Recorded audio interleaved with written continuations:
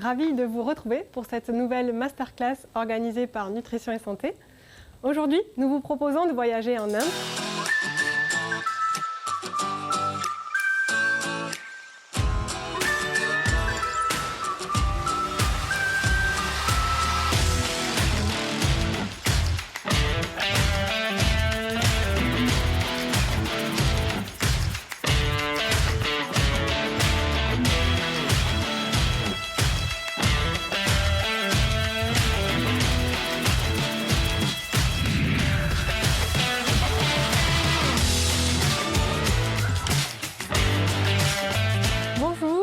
Bonjour Jasmine. Bonjour Elodie. Écoute, merci de te présenter à nous. Je m'appelle Jasmine Barr. J'ai un peu plus de 18 ans d'expérience dans la cuisine et depuis ces quelques dernières années, je me suis spécialisée dans la cuisine végétarienne et végétale. Je suis actuellement formatrice en cuisine végétarienne pour les collectivités, pour la société Cap Veggie. Commençons tout de suite avec la première recette. Pour cette première recette, on met en avant le tofu. Donc je vais tout d'abord vous en dire deux mots. Je vous montre le produit. Hop, voilà. Le tofu Nutrition et Santé se présente sous cette forme-là. On le vend en bloc d'environ 2,7 kg, en format au frais. Et donc les avantages de ce tofu, déjà c'est une liste d'ingrédients très courte. C'est un produit très simple qui est fait juste avec de l'eau, du soja du sud-ouest et des coagulants. Donc une liste d'ingrédients ultra courte. Un avantage nutritionnel évident, c'est la richesse en protéines. Donc le produit apporte 15 g de protéines pour 100 g. Donc un très bon rapport P sur L.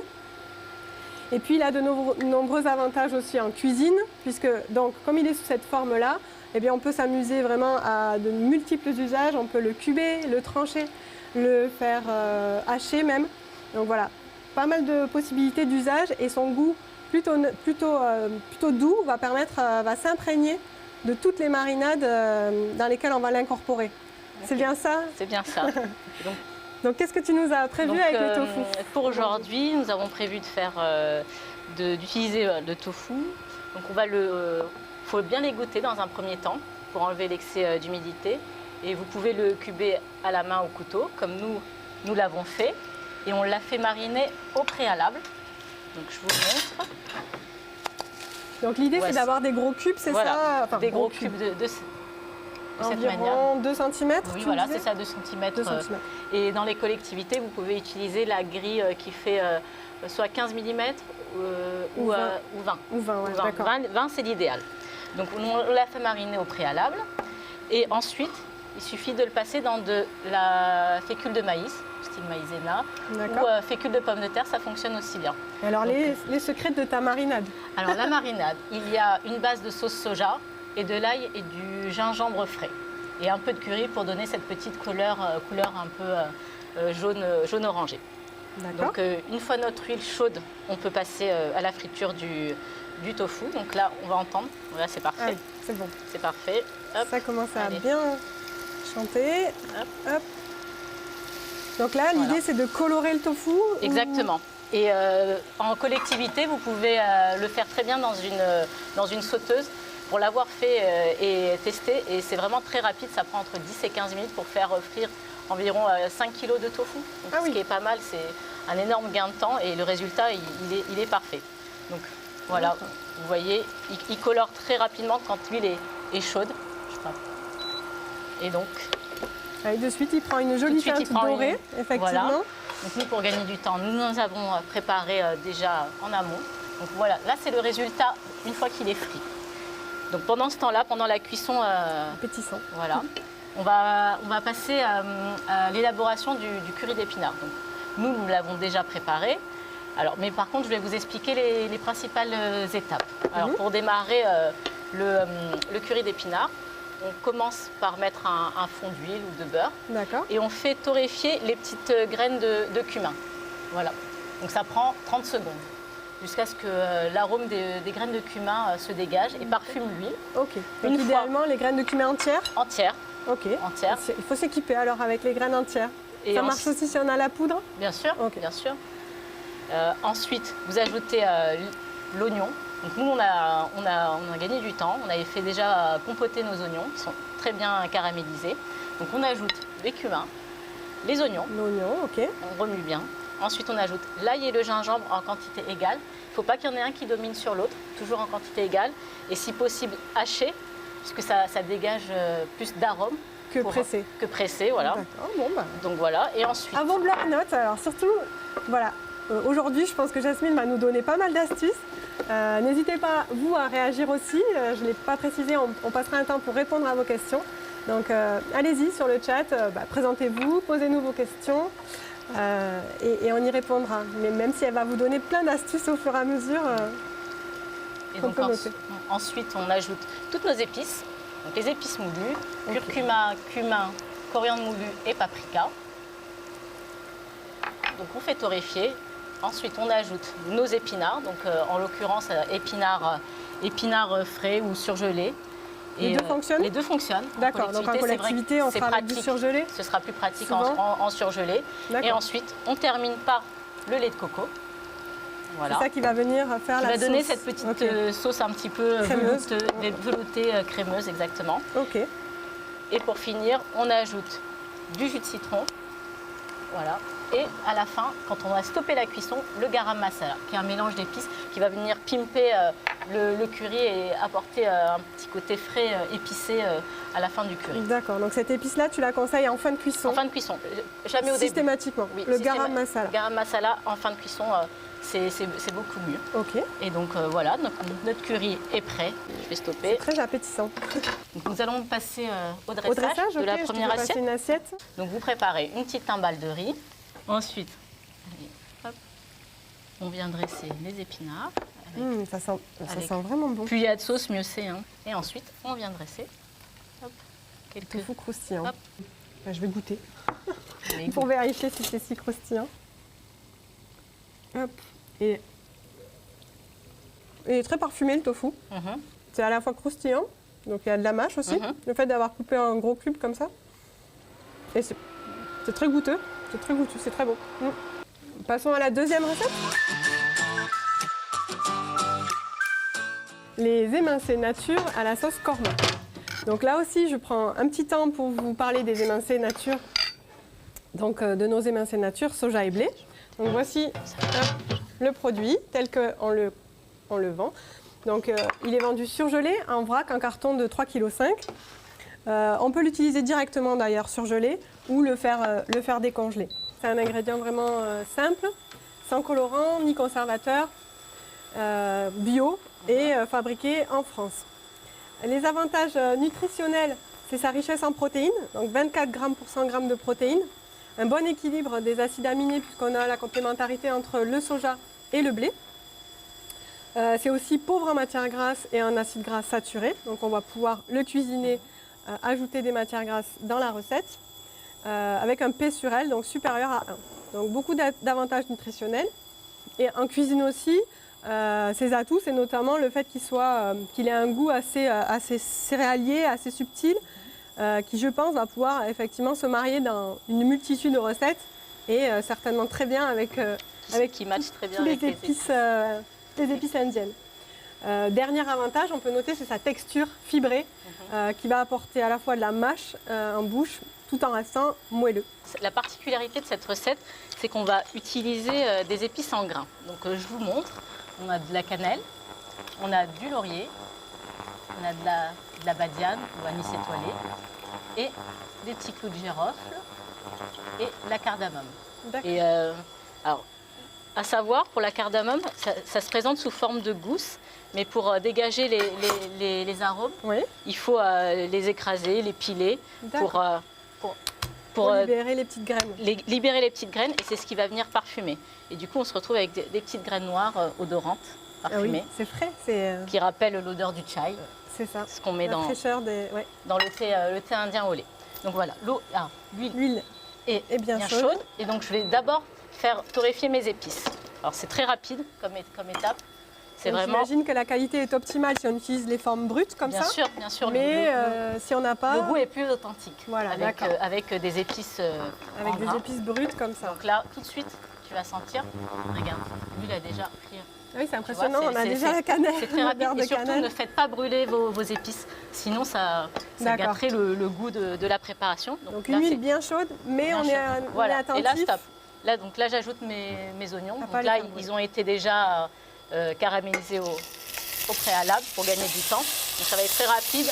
Hop, je vous montre. Vous voyez. Il faut que les oignons soient vraiment une belle couleur dorée. Et donc là, tu sens l'odeur. Hein. Ouais, c'est très parfumé. Et à ce moment-là, j'ajoute l'ail et le gingembre en quantité égale, toujours. Pas qu'il y en ait un qui domine l'autre, toujours, la base. C'est mieux d'utiliser du gingembre frais que du gingembre moulu. Alors faites bien Ça dorer. sent très bon la cannelle. Voilà, là il faut qu'il soit cuit. En cuisine indienne, toujours mettre les épices moulues dans un mélange huileux. C'est important, ça libère les arômes et là tu sens. Voilà, on ne fait pas brûler. Donc là c'est prêt. À ce moment-là, on ajoute nos émincés. Et là cette étape est cruciale parce qu'il faut bien les faire dorer. Dorer les émincés pour qu'ils gardent leur texture. Je vous montre. Surtout si derrière on les ajoute dans une sauce. Vous voyez, là ils sont bien dorés. J'ajoute mes petites pommes de terre. Et c'est comme maintenant qu'on vient mettre les légumes, c'est ça? Voilà, on rajoute un peu de pommes de terre. C'est juste pour la texture, pour avoir le côté fondant en bouche. Donc là, on a fait pré-cuire les pommes de terre à l'eau. Comme ça mijote entre 15 et 20 minutes. Voilà. Ensuite, on va ajouter notre mélange coriandre fraîche et menthe fraîche. En fait, ils vont libérer leur arôme et ça va donner un petit goût subtil à la sauce. Alors, Je n'en mets pas partout. C'est bon. Voilà. donc là, c'est le lait de coco. Voilà, le lait de coco. Hop. Vous voyez, Ouais, ça va venir. on a une sauce bien onctueuse. Vous laissez mijoter entre 10 et 15 minutes. Et une fois que c'est cuit, on stoppe la cuisson. Pour ajouter un peu d'acidité à la sauce, on met un petit filet de jus de citron. Ah oui, On passe au ça va dressage. exhauster le goût des épices.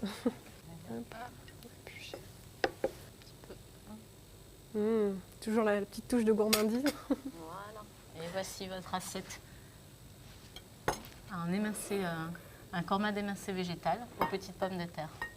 Passons à la troisième recette. On travaille les grainés de sétan. Je vous montre le produit. Voilà. Si on peut faire un petit plan serré sur les grainés de sétan. Pour faire du sétan, c'est très simple. Là aussi, peu d'ingrédients. De l'eau, du gluten de blé, de la farine de blé et du sel. Et on mélange le tout, on fait cuire. On obtient un morceau de sétan qu'on va venir ici égrainer pour le présenter sous une forme très simple et très facile d'utilisation. On le surgèle et du coup on peut l'utiliser vraiment la juste quantité dont on a besoin dans le plat. Les avantages nutritionnels du sétan, c'est la richesse en protéines. Une fois de plus, ce produit il va venir apporter 26 grammes de protéines pour 100 grammes, très peu de matières grasses et surtout très peu d'acides gras saturés. Donc le rapport P sur L est largement supérieur à 1. Du coup, il est idéal pour vraiment atteindre les taux de protéines recommandés dans les plats végétariens. Et les atouts en cuisine de ce produit, le goût qui est céréalier, à base de blé. Donc on connaît tous ce goût-là. C'est léger. Ça va venir aussi, je pense, se gorger des goûts qu'on va ajouter dans les recettes. Et puis c'est un ingrédient économique, proche de 1, puisqu'on n'aura pas de perte à la cuisson. Et c'est une texture, je pense, aussi intéressante parce qu'on a de la mâche en bouche, même s'il est sous format égrené. Pour le sublimer, tu nous proposes un kima dégrainé, c'est ça? C'est ça. Alors Donc, moi, kima, par exemple, ça ne parle pas. Alors, je voudrais kima, que tu m'expliques. traditionnellement, c'est un curry à base d'agneau haché qui est revenu dans des épices avec une sauce riche à base de tomates et des petits légumes, petits pois, pommes de terre, carottes. Après, ça varie selon les saisons. Et donc, moi, j'ai travaillé cette recette sous la forme de kima. J'ai gardé l'appellation avec un égrené. Pour démarrer cette recette, toujours un mélange d'huile. Donc, on ne lésine pas sur la quantité de matière grasse quand on cuisine végétarien, végétal. Surtout quand la base, comme je l'ai expliqué, Voilà. est pauvre en matière grasse. C'est ça. Il faut compenser en ajoutant il faut ajouter du l'huile gras dans pour la donner recette. du goût. Oui. Comme on va manquer de gras des protéines animales, du coup on compense par de la margarine, du beurre, de l'huile, ce qu'on veut. D'accord, donc on fait revenir avec de la Voilà. matière grasse. Donc toujours la même chose. On commence par les épices. Donc là, en l'occurrence, c'est juste des feuilles de laurier.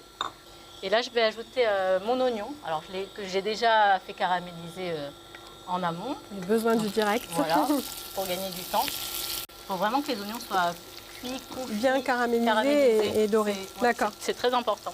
À ce moment-là, j'ajoute pareil mon Un mélange ail et d'ail gingembre. et de gingembre frais. Oui, Un frais. pour un. Voilà. C'est maladie. Les épices, c'est magique. Hein. Ouais. C'est magique, c'est plein de propriétés. Et Mm. c'est vrai que c'est connu dans la cuisine ayurvédique indienne.